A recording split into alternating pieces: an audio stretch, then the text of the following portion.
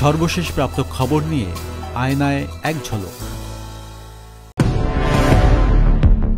অন্তর্বর্তী সরকারের প্রধান উপদেষ্টা ডক্টর মোহাম্মদ ইউনূস জানিয়েছেন, শুল্ক ইস্যুতে দ্বিতীয় দিনের আলোচনায় বাংলাদেশ ও যুক্তরাষ্ট্র বেশ কিছু বিষয়ে একমত হয়েছে। প্রধান উপদেষ্টার ভেরিফাইড ফেসবুক পেজে এক পোস্টে একথা জানানো হয়। এতে বলা হয়, আলোচনার দ্বিতীয় দিনে দুই দেশের মধ্যে বর্তমান ও ভবিষ্যৎ বাণিজ্যের গতি প্রকৃতি কেমন হবে সেসব বিষয়ে উপস্থাপনের পর যুক্তিতর্ক হয়েছে। বেশ কিছু বিষয়ে দুই দেশ মোটামুটিভাবে একমত হয়েছে, কিছু বিষয় অমীমাংসিত রয়ে গেছে।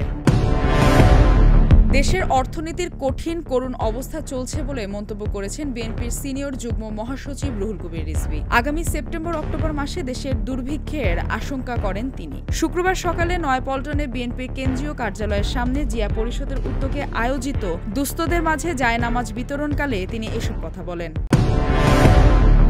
297 কোটি টাকা আত্মসাতের মামলায় গ্রেফতার জনতা ব্যাংকের সাবেক চেয়ারম্যান বিতর্কিত অর্থনীতিবিদ ডক্টর আবুল বারাকাতকে কারাগারে পাঠিয়েছেন আদালত। দুর্নীতি দমন কমিশন দুদকের পক্ষ থেকে 3 দিনের রিমান্ড আবেদন করা হয়েছিল, তবে আদালত পরবর্তী শুনানিতে সিদ্ধান্ত দেবেন বলে জানিয়েছেন। এর আগে বৃহস্পতিবার রাজধানীর ধানমন্ডি থেকে আবুল বারাকাতকে গ্রেফতার করে ডিবি পুলিশ।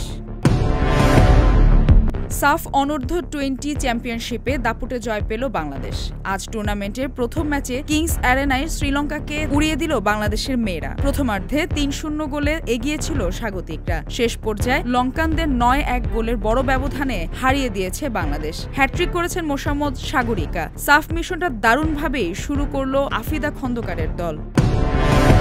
পাকিস্তানে অপহরণের পর 9 বাস যাত্রীকে গুলি করে হত্যা করা হয়েছে। দেশটির দক্ষিণ পশ্চিমাঞ্চলের বেলুচিস্তান প্রদেশে এই ঘটনা ঘটে। শুক্রবার আল জাজিরার এক প্রতিবেদনে এই তথ্য জানানো হয়। কর্মকর্তারা জানিয়েছেন, বন্দুকধারীরা একাধিক বাস থেকে যাত্রীদের অপহরণ করে। এরপর তারা অন্তত 9 যাত্রীকে গুলি করে হত্যা করে।